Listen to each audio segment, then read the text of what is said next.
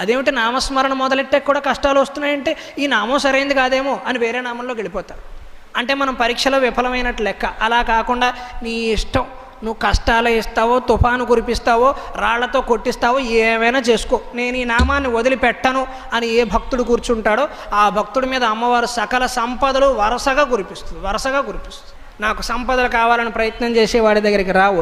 ఎవరైతే నాకు ఉన్నది చాలు అనుకుంటాడో వాడి దగ్గరికి అమ్మవారి డబ్బులు కురిపిస్తూ ఉంటుంది. ఆత్మసంతృప్తి ప్రధానం.